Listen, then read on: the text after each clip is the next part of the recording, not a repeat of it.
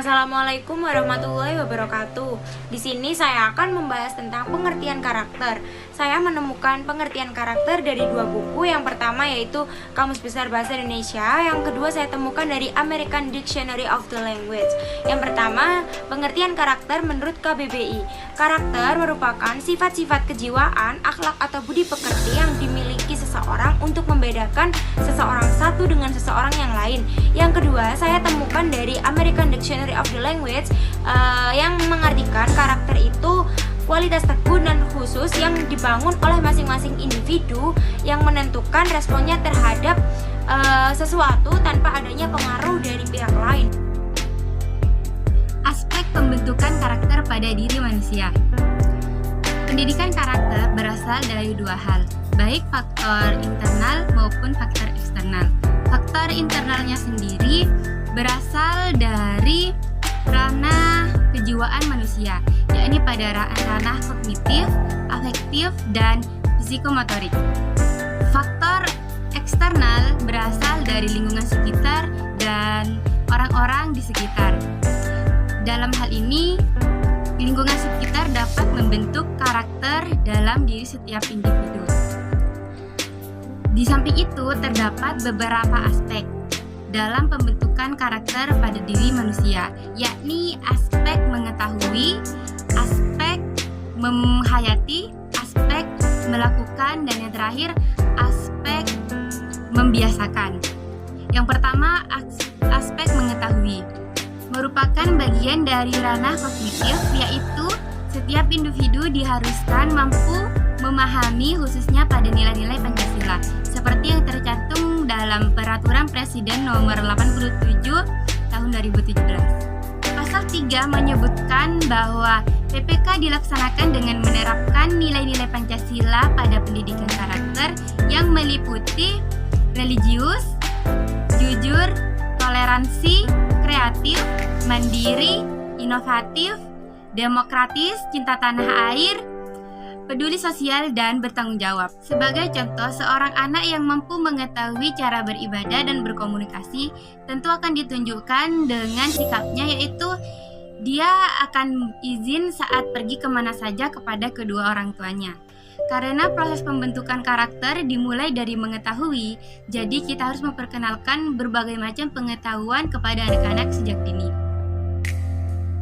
Aspek menghayati atau understanding sendiri ini ada kaitannya dengan aspek mengetahui atau aspek yang sebelumnya. Aspek ini merupakan alasan dari aspek sebelumnya. Sebagai contoh, jika kita ingin melakukan sesuatu, alangkah baiknya kita harus memikirkan apa dampak, apa akibat kedepannya jikalau ini kita lakukan. Nah, jikalau yang akan kita lakukan memberikan dampak positif, boleh untuk dilakukannya.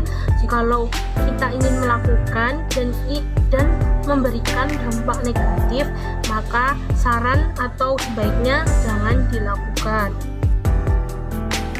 Yang ketiga yaitu melakukan atau acting. Perbuatan atau aksi merupakan suatu perwujudan atas semangat yang tumbuh sebagai buah dari proses refleksi dan sebagai tindak lanjut dari proses refleksi yang dilakukan. Perbuatan atau aksi yang dilakukan secara berulang-ulang akan membentuk sebuah kebiasaan. Dan kebiasaan yang dilakukan berulang-ulang akan membentuk suatu karakter. Dan karakter ini tidak akan terlepas dari nilai-nilai yang ada di masyarakat.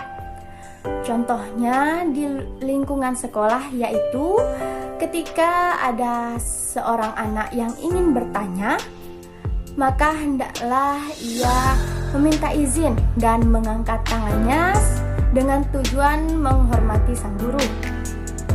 Contoh yang kedua yaitu di lingkungan masyarakat, dengan membungkukkan badan ketika melewati orang yang lebih tua dan mengucapkan permisi. Yang keempat adalah membiasakan menjadi karakter yang baik.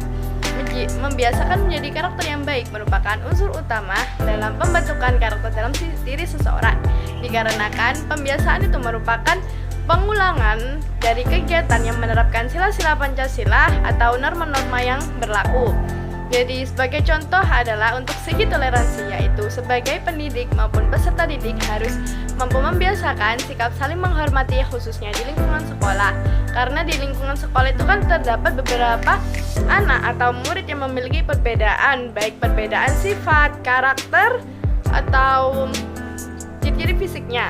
Nah, maka dari itu perlunya kita yaitu harus memiliki sikap toleransi atau saling menghormati dari perbedaan tersebut agar tumbuhnya atau terwujudnya nilai keharmonisan di lingkungan sekolah.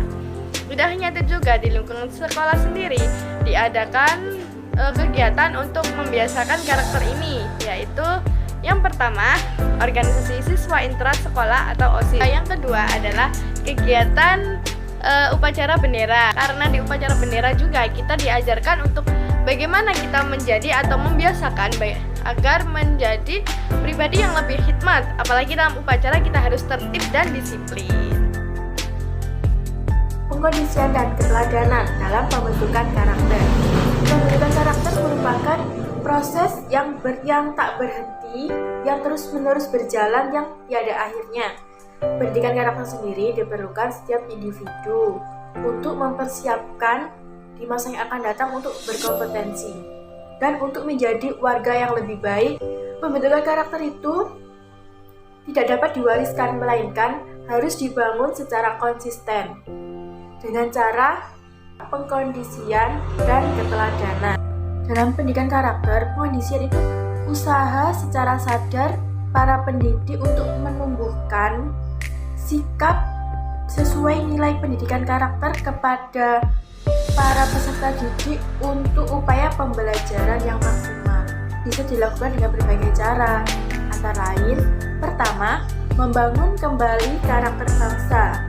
Yang kedua, meningkatkan rasa kejujuran. Yang ketiga, menghargai perbedaan yang ada. Yang keempat, memupuk rasa tanggung jawab dan disiplin. Yang terakhir, dengan memperkuat jati diri bangsa dengan melakukan usaha yang terarah. Nah, membuat peserta didik sendiri itu memiliki pendidikan karakter yang baik. Keteladanan. Keteladanan adalah segala sesuatu yang dapat ditiru tanpa diragukan lagi dalam pembentukan karakter. Karena dalam pembentukan karakter, keteladanan ini tuh dibutuhkan setiap lingkungan, seperti di lingkungan sekolah, keluarga, masyarakat. Keteladanan ini dapat dilakukan beberapa cara, antara lain seperti guru itu tidak boleh membeda-bedakan atau pilih kasih. Yang kedua, guru itu harus bisa mengajarkan sikap teladan melalui mata pelajaran. Yang ketiga, guru selalu memberi ruang untuk murid berpendapat. Yang keempat, guru memperhatikan strategi atau metode pembelajaran yang tepat bagi siswa untuk bisa memahami dengan diselingi dengan permainan. Yang terakhir, guru harus bisa memberikan contoh kebiasaan baik seperti kejujuran, tanggung jawab, disiplin, dan bersemangat dalam belajar. Jadi, dalam praktik pembelajaran pendidikan karakter ini diperlukan guru atau orang dewasa untuk melakukan praktik itu agar para peserta didik dapat memahami secara keseluruhan dan dapat diterapkan.